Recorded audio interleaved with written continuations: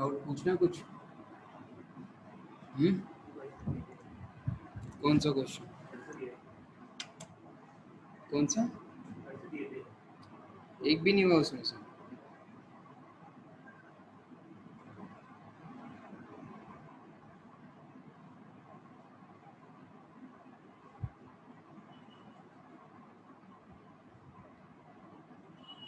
दो क्वेश्चन दिए थे है ना, एक भी नहीं हुआ।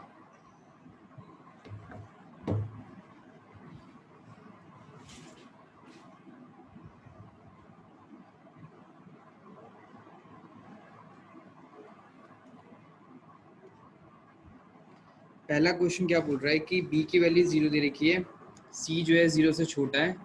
फिर पूछ रहा है is it true that the roots of x square plus b x plus c equals to 0 are numerically equal and opposite in sign. ठीक है, आगे सच में मतलब जैसे क्वाड्रेटिक इक्वेशन में दी हुई है x square plus b x plus c equals to 0, और इसमें हमें क्या बोला हुआ है कि b की वैल्यू 0 है इफ, और c जो है 0 से छोटा है। तो ऐसा क्या होना पॉसिबल है कि इस क्वाड्रेटिक इक्वेशन के रूट्स जो न्यूमेरिकली इक्वल आए लेकिन अपोजिट आए साइन में, है ना? तो ठीक है, तो हम जो क्वाड्रेटिक फॉर्मूला हमने पढ़ा है वो लगा देते हैं। डी का फॉर्मूला क्या होता है? बी स्क्वायर माइनस 4ac, है ना? बी क्या है इस वाले केस में? 0 है, तो यहाँ से डी की वैल्यू कितनी आ जाएगी? डी आ जाएगा -4ac। ठीक है, डी हमारे पास ये आ गया। अब अल्फा का फॉर्मूला क्या होता है? -b और -b plus √d upon 2a, ये होता है। तो मतलब अल्फा कितना हो जाएगा? ये 0 है b, तो कितना हो जाएगा? और d कितना है? मतलब -4c divided by 2, minus root under root -4c divide by 2। कैसे कट जाएगा? एक काटा थोड़ा ना मैंने, ए की वैल्यू 1 है, ए की वैल्यू 1 है, काटा थोड़ा ना मैंने। ठीक है, ऐसे बीटा निकालोगे तो कितना आ जाएगा? -b मतलब 0 minus under root of -4c divided by 2, आगे ना बीटा। अब c इस वाले क्वेश्चन में दे रखा है कि 0 से छोटा है, तो अगर c अगर 0 से छोटा है तो -4c क्या हो जाएगा? 0 से बड़ा हो जाएगा, और रूट के अंदर तो पॉजिटिव क्वांटिटी आ सकती है।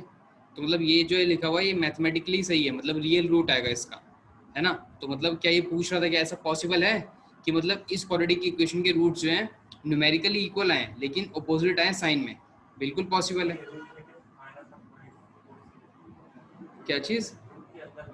हाँ, सी इस वाले क्वेश्चन में क्या है? 0 से छोटा है ना, तो रूट के अंदर ये जो क्वांटिटी लिखी है क्या हो जाएगी? 0 से बड़ी हो जाएगी।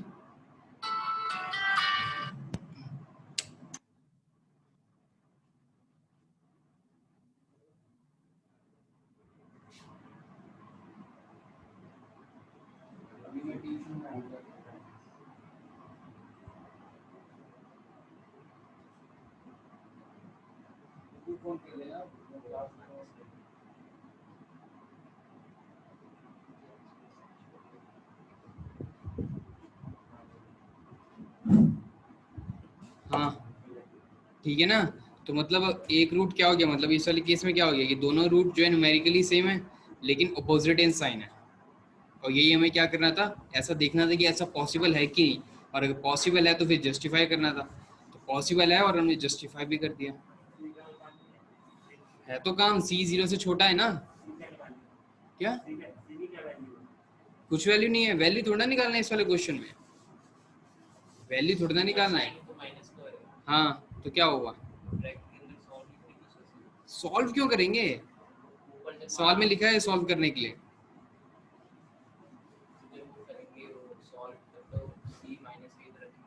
हाँ, तो क्या हुआ फिर? हाँ, तो बस यही सवाल छोड़ देंगे, और क्या।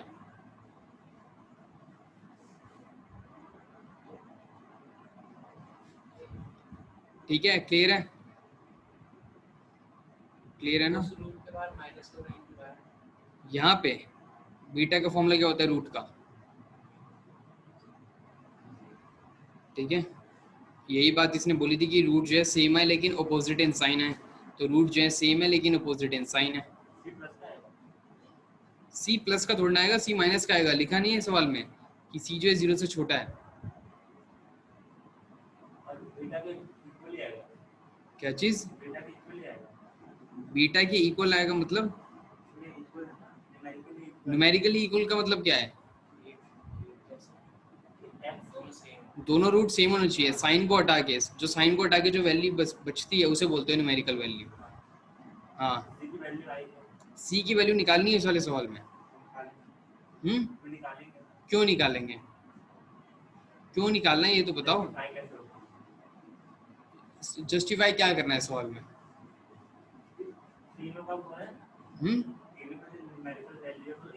तीनों का, दोनों का ना, सी का लिखा है सी उसमें, तो दोनों का जो न्यूमेरिकल वैल्यू सेम होना चाहिए और दोनों का साइन अपोजिट होना चाहिए, तो ऐसा हो रहा है। अब सी कुछ भी हो उससे हमें क्या फर्क पड़ता है, बस हमें ये पता है कि सी 0 से छोटा है और सी 0 से छोटा होगा तो रूट एग्जिस्ट करेगा, और हमें ये तो बस यही चाहिए कि रूट एग्जिस्ट करे, और बाकी जो भी हो सी की वैल्यू -3 हो -9 हो, हमें क्या फ़र्क पड़ता है, हमें रूट थोड़ा निकाल के देना है इस वाले सवाल में। हमें तो ये चेक करना है कि रूट जो है न्यूमेरिकली इक्वल हो लेकिन अपोजिट इन साइन हो, और ऐसा हो रहा है इस वाले सवाल में। ठीक है, क्लियर है कि अभी भी नहीं आया समझ में? अगला क्वेश्चन,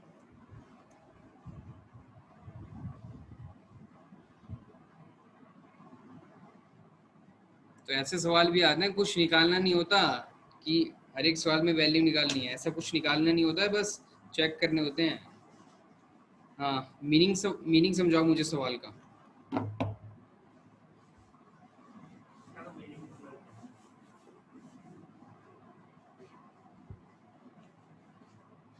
बोल रहा है कि eight t minutes past 2 PM, इसका मतलब क्या है?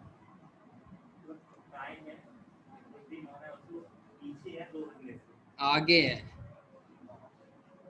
आगे, हाँ, आगे, पास्ट टेंस वाला पास्ट नहीं है। पास्ट टेंस का मतलब होता है भूतकाल, इसमें पास्ट का मतलब है कि आगे निकल गया, ठीक है। हाँ, तो at t minutes past 2 PM the time needed by the minute hand of a clock to show 3 PM was found to be 3 minutes less than t square by 4 minutes, find t। तो इसमें unknown कितना है? एक है, बोला ही हुआ है इसमें, तो इस साल में तो बोला हुआ है टी निकालना है, तो अननोन एक ही है, तो एक ही इक्वेशन बनेगी। बता दो कौन सी इक्वेशन बनेगी। देखो क्या बोल रहा है कि जो मिनट हैंड है ना क्लॉक का, वो जो है 2 से t मिनट्स आगे है, ठीक है। देखो 2 यहाँ पे मान लेते हैं और 3 यहाँ पे है, ठीक है। t मान लेते हैं कहीं यहाँ पे है, ये है हमारा टी मिनट्स आ गया ना, तो यहाँ पे मान लेते हैं कहीं टी है, और ये है हमारा मिनट हैंड क्लॉक का, ठीक है। अब हमसे क्या बोल रहा है, हमसे ये बोल रहा है कि हाँ, इस मिनट हैंड को 2 यहाँ से 3 तक पहुँचने में वो जितना टाइम लगता है ना, वो 3 मिनट कम है, किससे? टी स्क्वायर बाय 4 से 3 मिनट कम है, तो मतलब टी स्क्वायर बाय 4 लिख देते हैं, इसमें से 3 माइनस कर देते हैं। अब तुम लोग मुझे ये बताओ कि अभी मिनट हैंड जो है टी पे है, इसे 3 तक जाने में कितना टाइम लगेगा? क्या सॉल्व सॉल्व करेंगे? किसे सॉल्व करेंगे?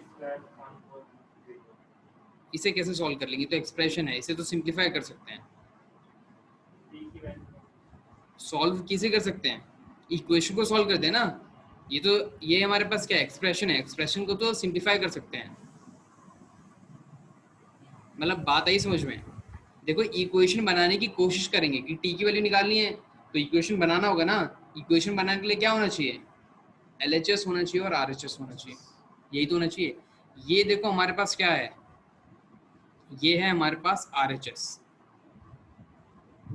अब LHS सोचो, लेकिन LHS ऐसे नहीं कुछ भी सोच लो, वो RHS के इक्वल भी तो आना चाहिए, तभी तो इक्वलिटी का साइन लगा पाएंगे हम लोग।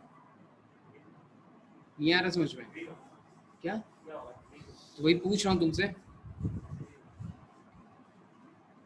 देखो मैंने ये जो लिखा है ना t² / 4 - 3, ये क्या है, ये वो वाला टाइम है जो कि मिनट हैंड को लगता है t से 3 तक पहुंचने में, जो कि सवाल में दिया हुआ है, दिए रखा है ना सवाल में।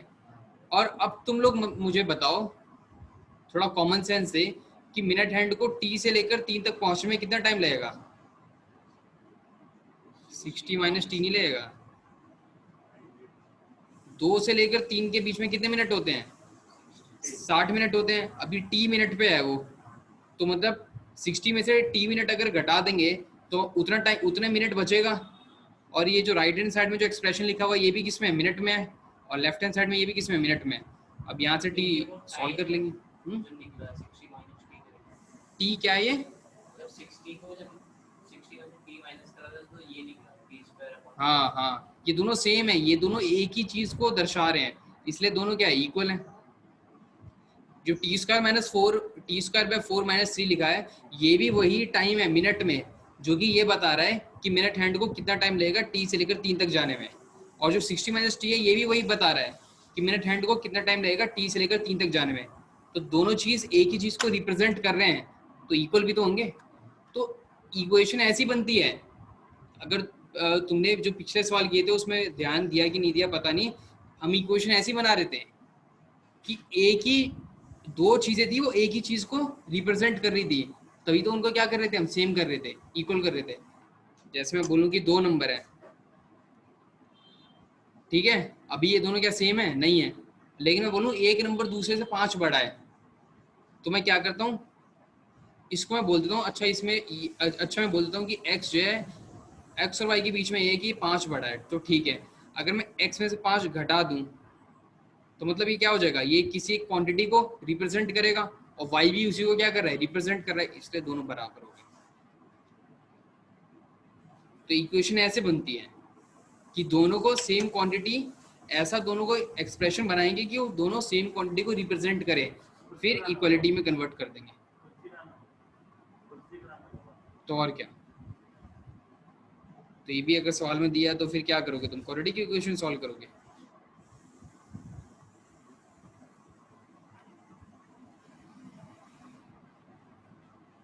अब सॉल्व करो इसे, आंसर बताओ टी की वैल्यू। तो वर्ड प्रॉब्लम में ये है कि पहले हमें सवाल समझना है, और सवाल समझ में आ जाएगा, उतनी भारी इंग्लिश की मतलब नहीं है, उतना भारी इंग्लिश में नहीं होता है लिखा हुआ क्वेश्चन, जितनी इंग्लिश तुम्हें आती है उतने से समझ में आ जाएगा। बस वही है कि 3 4 बार रीड करना पड़ेगा, और क्या। तो पहले सवाल समझना है, फिर देखना है कितने अननोन है। एक अननोन है तो मतलब एक ही इक्वेशन बनेगी। इक्वेशन कैसे बनाते हैं, एक्सप्रेशन लिखेंगे जो कि एक पर्टिकुलर क्वांटिटी को रिप्रेजेंट करता हो, फिर ऐसी दूसरा एक्सप्रेशन सोचेंगे जो कि टी वेरिएबल में ही हो और उसी क्वांटिटी को रिप्रेजेंट करे, फिर दोनों को इक्वल, दोनों क्या करेंगे, जोड़ दे, मतलब क्या करेंगे, दोनों को इक्वलिटी का साइन लगा देंगे दोनों के बीच में, क्योंकि दोनों क्या है, सेम है। फिर वहां से क्वाड्रेटिक बनेगा, कुछ ही बन सकता है, लीनियर भी बन सकता है, क्वाड्रेटिक भी बन सकता है। तो यहाँ पे रूट निकाल देंगे, एक रूट एक्सेप्ट करेंगे, दूसरा रूट रिजेक्ट करेंगे, क्योंकि टी कहीं भी नेगेटिव हो नहीं सकता, टी क्या है, टाइम है। तो निकालो इस क्वेश्चन के रूट, निकालो इस सवाल के। अब ये रूट का क्वेश्चन हो गया।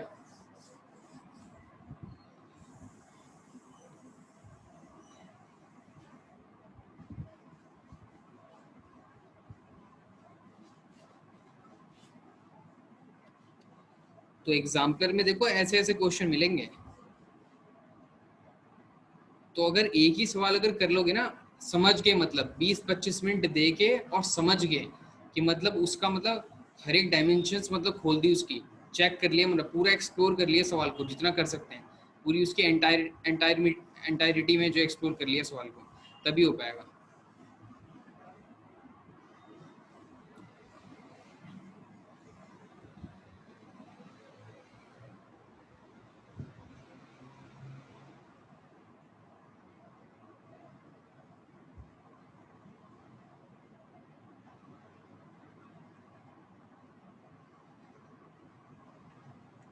चलो मैं सॉल्व कर देता हूँ।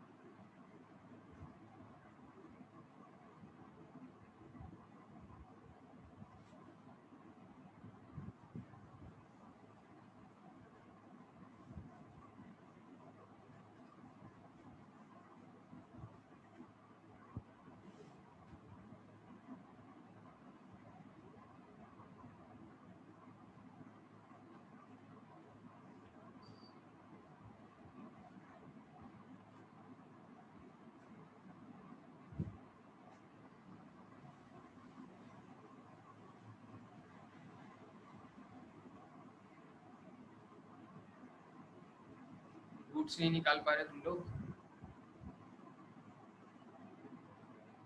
क्या हुआ?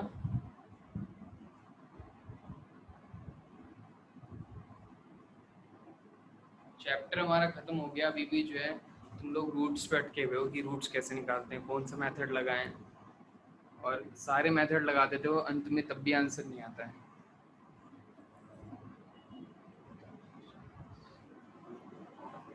हम्म, क्यों नहीं निकलता रूट्स हैं? क्या 240? हाँ, ये तो मैंने अपना मेथड लगाया ना, तुम सॉल्व करो। हाँ हाँ, बड़ा आ रहा है तो क्या हो गया?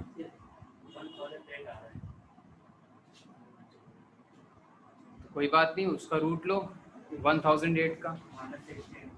हाँ, परफेक्ट स्क्वायर नंबर होगा, होगा कि नहीं होगा?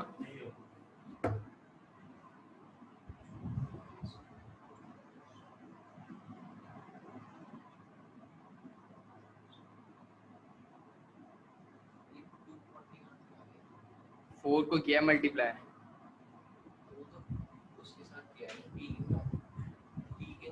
दोनों से होगा। क्यों? दोनों से नहीं होगा।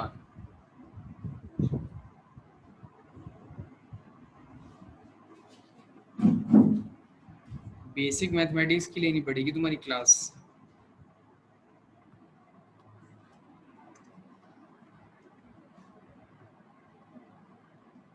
Sixty minus t equals to t square by 4 minus 3, ये लिखा हुआ है। क्रॉस मल्टीप्लाई इतनी बार हम सीख चुके हैं। 60 minus t equals to t square minus 12 by 4। इसके नीचे क्या है 1, क्या करेंगे क्रॉस मल्टीप्लाई। ये 4 इधर जाने का मतलब क्या है, दोनों से तो होगा मल्टीप्लाई कि एक से कर देंगे।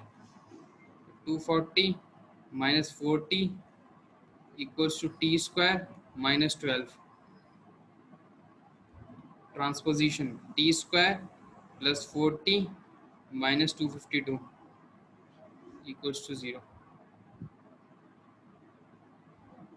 माइनस 252 ही था ना यहाँ पे भी। अब 252 को तोड़ेंगे तो 18 इंटू 14 में टूट जाएगा ये। तो T square plus 18t minus 14t minus 252 equals to 0। T common आ जाएगा, टी प्लस 18, यहाँ से माइनस 14 कॉमन आ जाएगा, टी प्लस 18। तो दो फैक्टर बन गए, कौन कौन से, t plus 18 multiplied by t minus 14 equals to 0। तो रूट कौन कौन सा एक्सेप्ट हो जाएगा, 14 वाला एक्सेप्ट हो जाएगा, माइनस 18 वाला रिजेक्ट हो जाएगा। 14 आंसर हो जाएगा।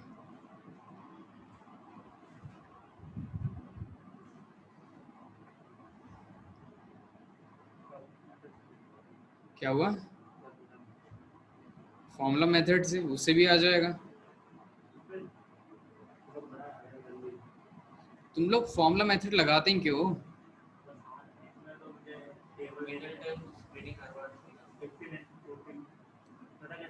मोस्ट ऑफ द टाइम तो लग जाता है, लेकिन बार बार नहीं लगता, लेकिन ज़्यादातर तो लग जाएगा मिडिल टर्म स्प्लिटिंग। तो ब्रैकेट खोलोगे तभी तो खुलेगा। तुम कुछ जो है रूट ना, तो रूट के अंदर सॉल्व कर लो, पहले डी की वैल्यू निकालो। ऐसा थोड़ी ना होता है। T square plus 40 minus 252 equals to 0। D कितना हो जाएगा, b square minus 4ac plus 252 into 4। तो 16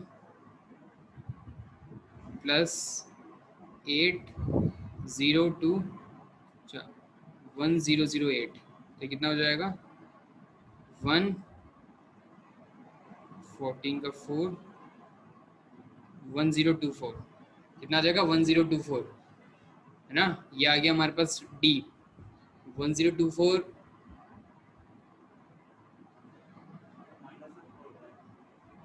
क्या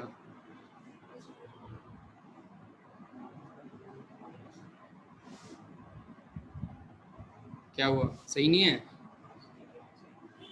सही है ना, तो फिर क्या दिक्कत है। ये जो 1024 होता है ना, ये होता है 2 टू द पावर 10। 2 की पावर 10 होता है 1024, ठीक है। तो अल्फा फॉर्मूला क्या आ जाएगा, minus b plus root D. तो रूट डी अगर निकालोगे तो 2 10 बार हो रहा है मल्टीप्लाई, तो 5 2 बार आएंगे, तो मतलब 2 इंटू 5 कितना होता है 32, 32/2। और बीटा कितना आ जाएगा -4 माइनस 32/2। तो ये आ जाएगा यहाँ से 28/2, और ये आ जाएगा यहाँ से -36/2। हाँ, तो ये कितना आ जाएगा 14, और ये कितना आ जाएगा -18। क्या दिक्कत थी इसमें। डी की वैल्यू ये आएगी, कैसे पता किया, एलसीएम लेके नहीं, प्राइम फैक्टराइजेशन से। हाँ वो वैसे ही, लेकिन उसे प्राइम फैक्टराइजेशन बोलते हैं ऐसे। 2 से करेंगे 5 आया, 1 आया, 2 आया, 2 से करेंगे फिर 2 आया, 5 आया, 6 आया, 2 से करेंगे फिर 1 आया, 2 आया, 8, 2 से करेंगे फिर 6 4, 2 से करेंगे 32, 2 से करेंगे, ऐसे चलते जाओगे 1 आ जाएगा, तो 1024 कितना आ जाएगा? 2 इज द पार्ट है क्या?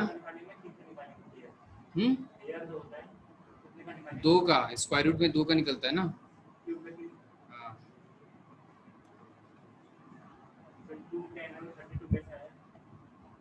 2 10 32 कैसे आया? 2 रेस्ट बार 10 का मतलब क्या है? हम्म 2 को 10 बार कर रहे हैं मल्टीप्लाई, तो 2 को 10 बार कर रहे हैं मल्टीप्लाई, तो पेयर कितने बनेंगे 2 के? 20 बन जाएंगे पेयर। पेयर का मतलब क्या होता है? जुड़वा।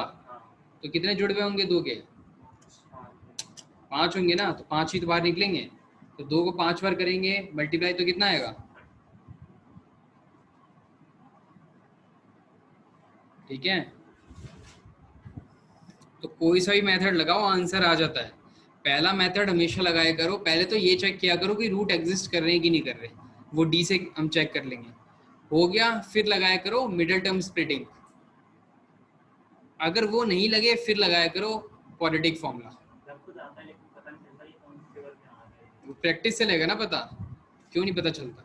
मुझे कोई सा भी सवाल दो, 1 मिनट से ज़्यादा टाइम नहीं लगेगा। क्या करना ही क्या होता है, मिडिल टर्म स्प्लिटिंग में कुछ करना होता है। पहले उसे क्या करो, प्राइम फैक्टराइजेशन कर दो, घुमाओगे इधर उधर अपने आप पेयर आ जाएगा नजर, ज़्यादा थोड़ा ना कुछ करना होता है। यहाँ पे मैंने क्या किया देखो, 252 था, तो 252 को मैंने ब्रेक करने का सोचा, तो पहले मैं ऐसे किया, 2 से किया मैंने, तो 252 को ऐसे लिख लिया, 2 इंटू कितना, 1 इंटू 252 ही था ना, हाँ 2 इंटू 1 इंटू 1 1 to 6, फिर 1 to 6 को लिख लिया, कितना, 2 इंटू 6 इंटू 3, ये 1 to 6 नहीं 1 to 1 होगा, ये था कितना, ये हमने कुछ मिस्टेक कर दी ना यहाँ पे,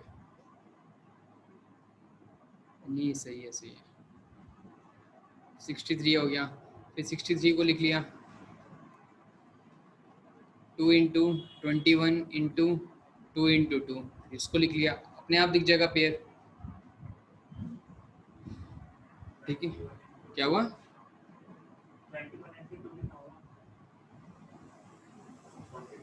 थ्री होगा, 3 है, ठीक है। और अगर थोड़े से तुम्हें डिविजिबिलिटी के रूल पता है तो वैसे भी हो जाता है, जो रूल होता है कि नंबर कब 3 से होगा डिविजिबल, उसका रूल होता है ना कुछ, तो वो रूल अगर तुम्हें पता है तो ऐसे भी लग जाएगा पता कि किससे टूटेगा वो नंबर, ब्रेक कैसे करेंगे। ठीक है,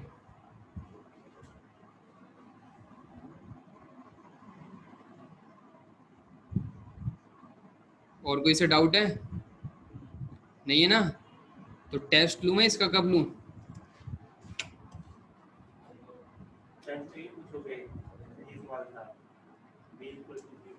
नहीं अभी तुम्हारी वो हालत लग नहीं रही है, अभी तो एनसीईआरटी बेस्ड टेस्ट होगा। क्या हुआ? अगले मंडे, ठीक है, दोनों चैप्टर का लूंगा मैं, पॉलिनोमियल और क्वाड्रेटिक इक्वेशन, और एनसीईआरटी बेस्ड ही होगा, एक एक सवाल एनसीईआरटी से पूछूंगा। ये भी बता दूं कौन सा पूछूंगा? नहीं मुझे तुम पे भरोसा है, तब भी नहीं नंबर आएंगे पूरे तुम्हारे। चलो मतलब ठीक है, अब साइंस शुरू करें, कर सकते हैं, ठीक है। आज तो देखो इंट्रोडक्टरी क्लास है, मतलब कि इंट्रोडक्शन होगा बेसिकली, मतलब जो 9th क्लास में हम पढ़ चुके हैं ना वही होगा, और ज़्यादा सवाल तुमसे मैं पूछूंगा। और उसके आंसर पे बेसिकली आगे की क्लास जो है बेस्ड होगी। अगर मतलब जो मैं आज तुमसे सवाल पूछूंगा तुमने बता दिए, इसका मतलब क्या है कि तुम लोग की केमिस्ट्री बढ़िया है, तो हम जो है 10th से शुरू करेंगे, 10th क्लास से शुरू करेंगे। और अगर नहीं बढ़िया होगी तो थोड़ा 9th का पहले लेना पड़ेगा, थोड़ी सी फाउंडेशन जो है कि स्ट्रॉन्ग फाउंडेशन बिल्ड करनी पड़ेगी, फिर आगे बढ़ेंगे। तो जल्दी जल्दी कुछ सवाल मैं तुमसे पूछ रहा हूँ, बता दो। उसमें कुछ नहीं मिलेगा, उसमें छोड़ दो, वो जो उसमें सवाल हैं वो एक भी नहीं पूछूंगा उसमें से। मैं 9th क्लास के सवाल सारे सवाल पूछूंगा और वही पूछूंगा जो काम आएंगे 10th में, ठीक है। अब पहली बात देखो, हाँ देखो, हमें जो है ये चल रहा है हमारा सितंबर, ठीक है। चैप्टर काउंट करना है इसमें कितने हैं?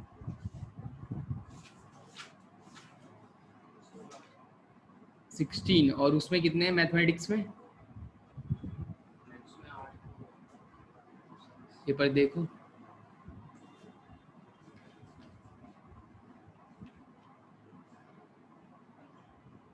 15 है, ठीक है। तो देखो तुम्हें जो है थोड़ा सा जल्दी जल्दी अब काम शुरू करना पड़ेगा, ठीक है। क्योंकि मैं सोच रहा हूँ कि बीच में तुम्हारी एक्स्ट्रा क्लास ले लूँ, या तो थोड़ा ज़्यादा पढ़ाऊँ, 1 घंटे से थोड़ा ज़्यादा पढ़ाऊँ, 1.5 घंटा पढ़ाऊँ, या तो बीच में कभी बुलाना पड़े। तो लेकिन जो है जब तुम्हारा काम ही कंप्लीट नहीं होगा पुराना, तो फिर कैसे, मतलब एक तो ये कि हमने पूरा सिलेबस पढ़ लिया लेकिन तुम लोगों से सवाल नहीं हो रहे, तो फिर क्या उसका फ़ायदा है, ठीक है ना। तो तुम्हें जो है ज़्यादा नंबर ऑफ क्वेश्चंस करना शुरू कर देना है। एनसीईआरटी में स्टिक रहना है, अभी छोड़ दो, एग्जाम्पलर छोड़ दो, अगर नहीं हो रहा तो छोड़ दो, कोई दिक्कत वाली बात नहीं है। क्विज जो सवाल होंगे वो मैं करवा दूंगा क्लास में, अगर मन करता है तो कर लेना, वरना छोड़ दो। पहले तो एनसीईआरटी पे ही फोकस कर रखना है, और ऑप्शनल पे, ऑप्शनल के भी क्वेश्चन सॉल्व करने हैं, ठीक है। तो एनसीईआरटी का क्वेश्चन सॉल्व हो जाना चाहिए, और ज़्यादा नंबर ऑफ क्वेश्चन, मतलब अब अपने स्टडी आवर्स बढ़ा दो, ठीक है। अगर एक्स घंटे पढ़ते हो तो x+2 थोड़े कर दो, x+1 x+2 कर दो। और पढ़ाई का मतलब ये नहीं कि नोट्स बना रहे हैं वहाँ बैठ के, जो है क्वेश्चन सॉल्व करना है, ठीक है। एनसीईआरटी उठा दे रही है, क्वेश्चन सॉल्व करना है, या तो जो टेलीग्राम पे जो वीडियोस हैं उन्हें देख के उनमें से जो क्वेश्चन है वो सॉल्व कर लिए, वरना। और मेरी भी वीडियोस अगर देखते हो तो घर पे, मतलब जैसे रिवीजन के लिए, तो ये नहीं कि उसी स्पीड पे देख रहे हो तो फिर फायदा नहीं है, 1x पे मत देखा करो। कोई ऐप है जिसमें देखते हो वीडियो, उसी पे देखते हो, तो उस पर तो इतनी छोटी सी आती होगी। अच्छा, फुल स्क्रीन हो जाता है, अच्छा तो मतलब तो उस पर स्पीड का ऑप्शन है उस पर, तो स्पीड अगर देखते हो ना स्पीड पे, तो 1.5x पे देखा करो, 1.5x पे, ठीक है। इसी स्पीड पे देखना है, तो उसके सवाल कर लेने हैं। और क्वेश्चंस मैथमेटिक्स में यही है, मैथमेटिक्स में याद नहीं करना होता, सवाल करने होते हैं, याद तो अपने आप होती हैं चीज़ें। कोई भी मैथमेटिक्स में ये alpha plus beta is equal to minus B by होता है, ये याद नहीं करता ये। इसके 10 सवाल करो, 10 साल बाद अपने आप याद हो जाएगा कि अल्फा प्लस बीटा जो है माइनस बी बाई ए के बराबर होता है। मैथमेटिक्स में ये बात बोल रहा हूँ मैं, साइंस में ऐसा नहीं बोलता मैं, ठीक है। ये काम करना है। और जितना मैंने तुम्हें मैथमेटिक्स में पढ़ा है ना, मतलब जितना मैंने तुम्हें अभी पढ़ा है, उतना मैंने 2 साल से पढ़ा रहा हूँ। मैं 9th क्लास 10th क्लास के बच्चों को कभी नहीं पढ़ाता उतना मैं। तुम लोगों को साइंस लेनी है इसलिए उतना पढ़ा है मैंने, वरना उस लेवल तक जाता ही नहीं मैं। एनसीईआरटी के सवाल से निपटा देता हूँ 10 मिनट में। साइंस में क्या करना है, साइंस का शुरू हो रहा है, साइंस में क्या करना है। साइंस में ये मान लो अगर तुम्हें याद नहीं है तो सवाल छूना भी मत फिर। मैथमेटिक्स में याद नहीं है तो छू सकते हो, अगर अल्फा प्लस बीटा का फॉर्मूला भूल के एक बार, तो सवाल को अटेम्प्ट कर सकते हो। कैसे अटेम्प्ट कर लोगे, अल्फा का तो फॉर्मूला याद होगा, बीटा का तो याद होगा, निकाल के जोड़ दिया। अगर ये भी याद नहीं है तो उसका जो डेरिवेशन है वो देख लिया, ठीक है। लेकिन अगर साइंस में सवाल, अगर फॉर्मूला याद नहीं है, सल्फ्यूरिक एसिड का अगर मॉलिक्यूलर फॉर्मूला नहीं पता है, तो सवाल को छोड़ दिया, फिर वहाँ पे डिराइव थोड़ी ना कर पाओगे मॉलिक्यूलर फॉर्मूला सल्फ्यूरिक एसिड का क्या होता है, क्या होता है सल्फ्यूरिक एसिड का। पढ़ा ही नहीं था मैंने। Hydrochloric acid, nitric acid, HNO3, ठीक है। तो साइंस में ये है कि याद करते रहना है, याद करनी है चीज़ें। और याद करने का तरीका क्या है, लिख लिख के याद करना है। लिख लिख के याद करोगे ना, कि उसी लैंग्वेज में याद करना है जो बुक की लैंग्वेज है, क्योंकि डेफिनेशन वही एग्जाम में चलेगी। तुम अपनी डेफिनेशन लगाओगे तो उसमें 100 ग्रामर की मिस्टेक करोगे, और पता नहीं सेंसलेस सेंटेंस बनाओगे। जिसका तुक भी नहीं बैठ रहा होगा, तो वो काम नहीं करना। जो लिख लिख के याद करना है। अगर तुम्हें क्या 9.0 CGPA से ऊपर चाहिए, CGPA चलता है ना 10th क्लास में, इतने CGPA से ऊपर चाहिए तो ये काम करना पड़ेगा। मैं बताऊंगा ना, बुक ऐसे थोड़ी ना कि बुक उठाया और बुक याद करना शुरू कर दिया। जो मैं नोट्स लिखाऊंगा वो याद करना है, जो मैं लिखवाऊंगा, यही तो फायदा उठाना है। वरना फिर बुक अगर याद करनी होती तो ट्यूशन में पढ़ने की क्या जरूरत है, बुक तो है ही तुम्हारे पास। जो मैं यहाँ पढ़ाऊंगा वो याद करना है। मैं इसलिए बोल रहा हूँ क्योंकि बहुत सारी चीज़ें आने वाली हैं अब। मतलब 10th क्लास में तो ये था कि मोशन में अगर फॉर्मूले पता है वेलोसिटी का, तो उसी से पूरा चैप्टर खत्म हो जाता था मोशन का, है ना। एनर्जी अगर कंजर्वेशन में एनर्जी लगाने आती है तो वर्क पार एनर्जी पूरा खत्म हो जाता था उससे। 10th क्लास में ऐसा नहीं है। 10th क्लास में न्यूमेरिकल बहुत कम है, बहुत कम। मतलब करंट वाले चैप्टर में वो थोड़े होंगे। केमिस्ट्री में तो है ही नहीं, मोल कॉन्सेप्ट में न्यूमेरिकल्स है ना उसमें 9th क्लास में। इसमें एक भी न्यूमेरिकल नहीं मिलेगा, बहुत कम न्यूमेरिकल मिलेंगे। इसमें याद करने वाले सवाल मिलेंगे तुम्हें। एक्स दे देगा, इस एक्स सब्सटेंस का मॉलिक्यूलर फॉर्मूला बताओ, उसका रंग पहचानना पड़ेगा, तो रंग याद होना चाहिए कि उसका रंग क्या होता है। अच्छा सल्फ्यूरिक एसिड का ऐसा रंग होता है, अच्छा सल्फ्यूरिक एसिड का मॉलिक्यूलर फॉर्मूला क्या होता है, H2SO4। ऐसे सवाल आएंगे यहाँ पे। तो याद अगर नहीं होगा तो सवाल छोड़ देना है यहाँ पे। बात आ रही है समझ में। तो याद करते चलना है। याद कैसे करते चलना है, लिख लिख के याद करना है। बहुत चीज़ें आएंगी, केमिस्ट्री में थोड़ी आएंगी, फिजिक्स में उससे कम है, बायोलॉजी में सबसे ज़्यादा है। और बायोलॉजी में तो मैं ऐसे पढ़ाऊँगा भी नहीं, मैं ऐसे वैसे पढ़ाऊँगा स्क्रीन। ठीक है, तो जल्दी से चलो बता दो मुझे। इंट्रोडक्टरी क्लास है बेसिकली, एलिमेंट बताओ, एलिमेंट की डेफिनेशन सुना दो। ग्रुप ऑफ एटम्स, तुम बताओ।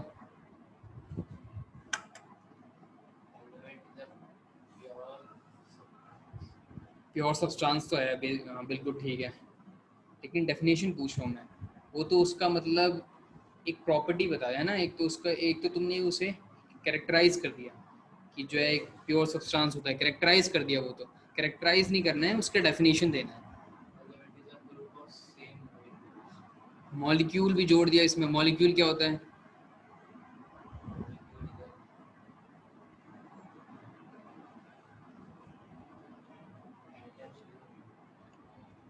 देखो, अच्छा मैटर पता है? मैटर किसे बोलते हैं? बताओ किसे बोलते हैं matter? Matter group of atoms है।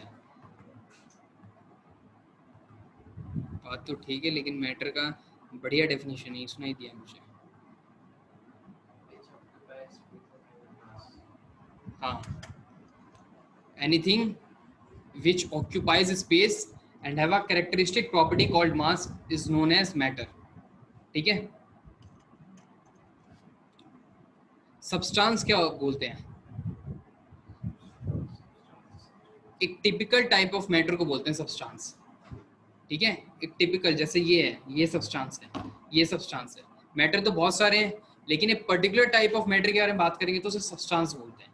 क्या बोलते हैं उसे? सब्सटेंस। कोई सा भी तुम सब्सटेंस ले लो दुनिया में, कोई सा भी, वो किससे मिलके बना होता है? एटम से मिलके बना होता है, बिल्कुल ठीक है, बिल्कुल ठीक बात है। लेकिन अभी क्या मैं बता रहा हूँ वो बात ध्यान रखनी है। लिखना कुछ नहीं है, कुछ नहीं लिखना है, बस समझने पे ध्यान देना है। Any substance is composed of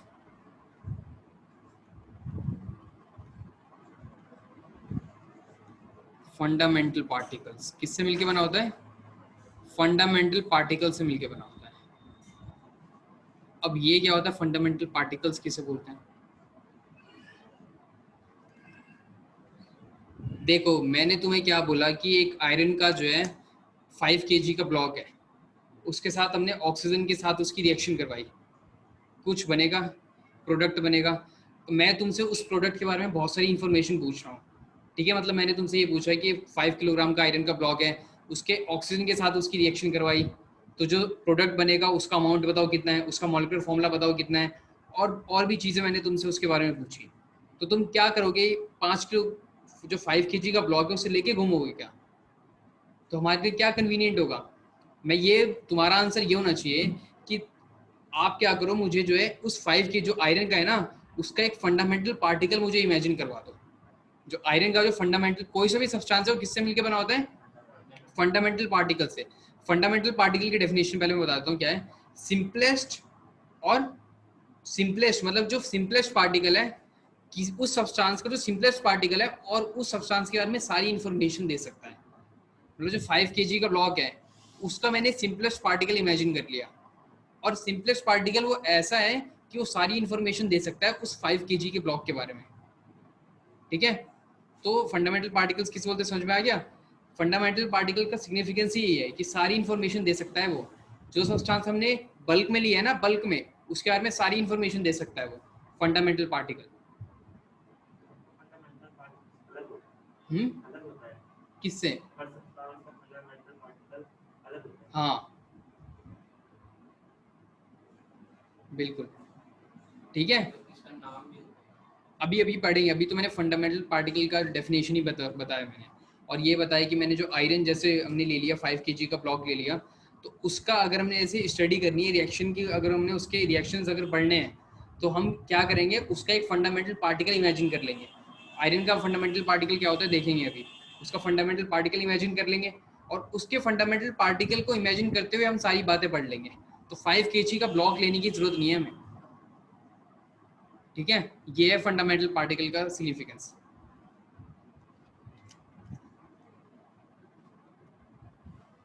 तो अगर हमें इसकी डेफिनेशन लिखनी हो तो क्या लिखेंगे फंडामेंटल पार्टिकल्स की?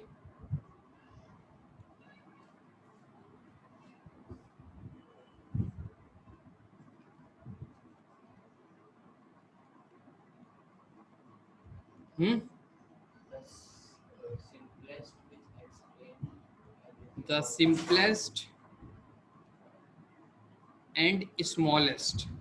सिंपलेस्ट भी होना चाहिए और सबसे छोटा भी होना चाहिए। अगर छोटा ही नहीं लिया तो फिर क्या फायदा? फिर तो 5 kg का ब्लॉक ही ठीक था, उसमें क्या दिक्कत थी? आ रही है ना बात समझ में? और सिंपलेस्ट भी होना चाहिए, है ना? Simplest and smallest particle of any substance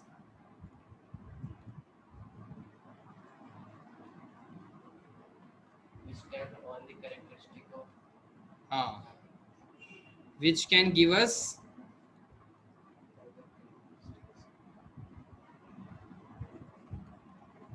all the information about the substance taken in bulk। ठीक है, ये राइटिंग थोड़ी ऐसी होगी, कोई बात नहीं, कल तो देखेंगे उसको कर लेंगे। About the substance taken in bulk. Meaning समझ में आया इसका? मीनिंग क्या है कि फंडामेंटल पार्टिकल्स क्या होते हैं? The simplest and smallest particle of any substance which can give us information about the substance taken in bulk.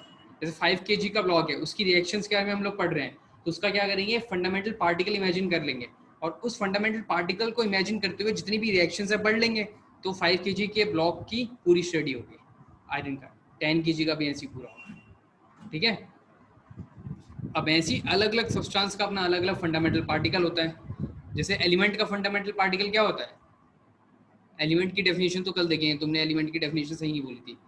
ठीक है, it is a dead form of matter which can not be broken down into simple particles by the help of chemical reaction, उसे बोलते हैं element.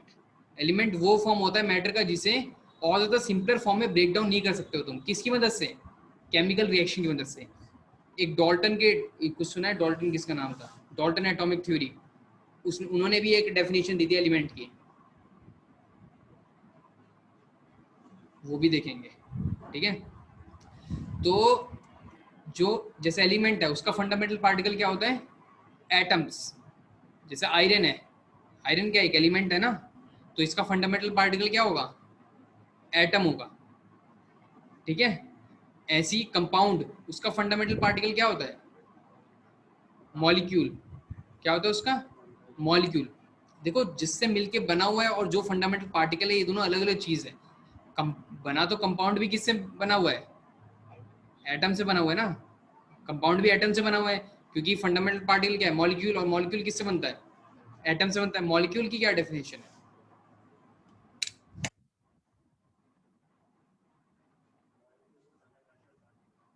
Molecule fundamental particles, हाँ है, होते हैं, बोल सकते हैं इसे, बोल सकते हैं इसे। मॉलिक्यूल्स नहीं, मॉलिक्यूल की डेफिनेशन क्या होती है? मॉलिक्यूल क्या होता है? Cluster of atoms, aggregation of atoms, combination of atoms. एक ही टाइप के नहीं, अलग टाइप के भी हो सकते हैं। होमो एटॉमिक, हेटेरो एटॉमिक, सुना है कुछ? CO2, CO2 क्या है? मॉलिक्यूल है। इसमें कितने टाइप ऑफ एटम है? कौन कौन से? कार्बन और ऑक्सीजन। तो कैसे हुआ? होमो के हेटेरो? हेटेरो। होमो का मतलब होता है सेम टाइप ऑफ एटम से मिलके बना हुआ है। होमो और हेटेरो, हेटेरो का मतलब डिफरेंट टाइप ऑफ एटम से मिलके बना हुआ है। तो मॉलिक्यूल कितने टाइप के होते हैं? होमो और हेटेरो। एक और टर्म होती है, कुछ पढ़ा है? एटॉमिसिटी। मॉलिक्यूल है क्या होता है इसका मतलब?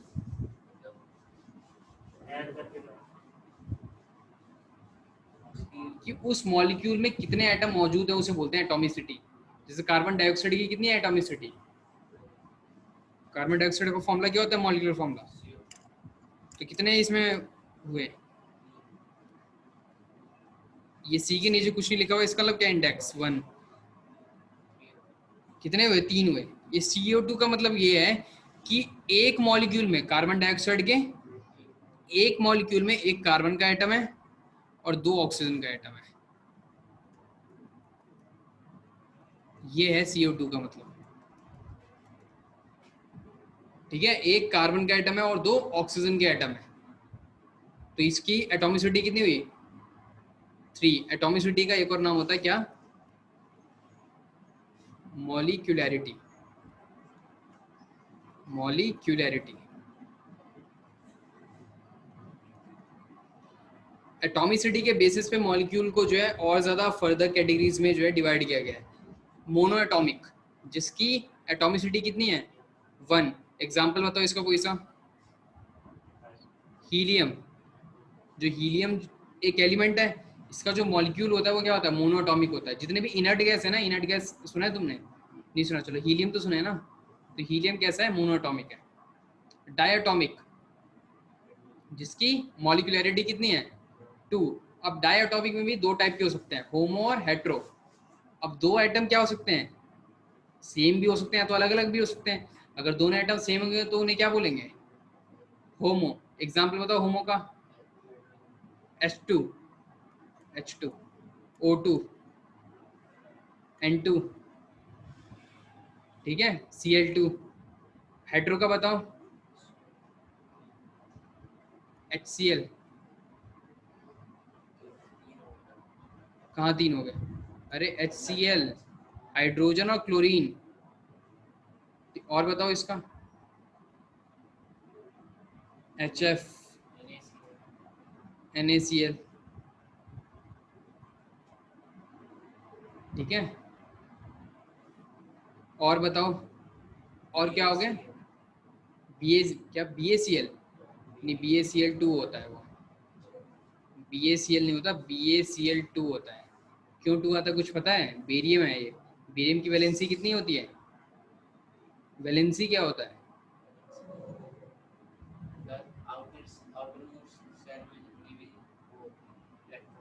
उनको बोलते हैं वैलेंसी। मॉलिक्यूलर फॉर्मूला कैसे लिखते हैं पता है? जैसे मैं बोलूंगी बेरियम क्लोराइड का मॉलिक्यूलर फॉर्मूला लिखो, कैसे लिखते हैं? प्रोसीजर क्या होता है? मॉलिक्यूलर फॉर्मूला लिखने का प्रोसीजर क्या होता है? इसमें कौन कौन से एलिमेंट है इस वाले कंपाउंड में, बेरियम क्लोराइड में? बेरियम और क्लोराइड, बेरियम है और क्लोराइड है। बेरियम की वैलेंसी कितनी होती है? 2। क्लोरीन की कितनी होती है? 1। क्रिस क्रॉस क्या आ जाता है? BaCl2। तो मतलब मुझे पता लग गया कि अब अगली क्लास में कैसे शुरू करना है। बिल्कुल बेसिक से शुरुआत करनी है, क्योंकि जो है मॉलिक्यूलर फॉर्मूला भी लिखना सीखना है अभी हमें।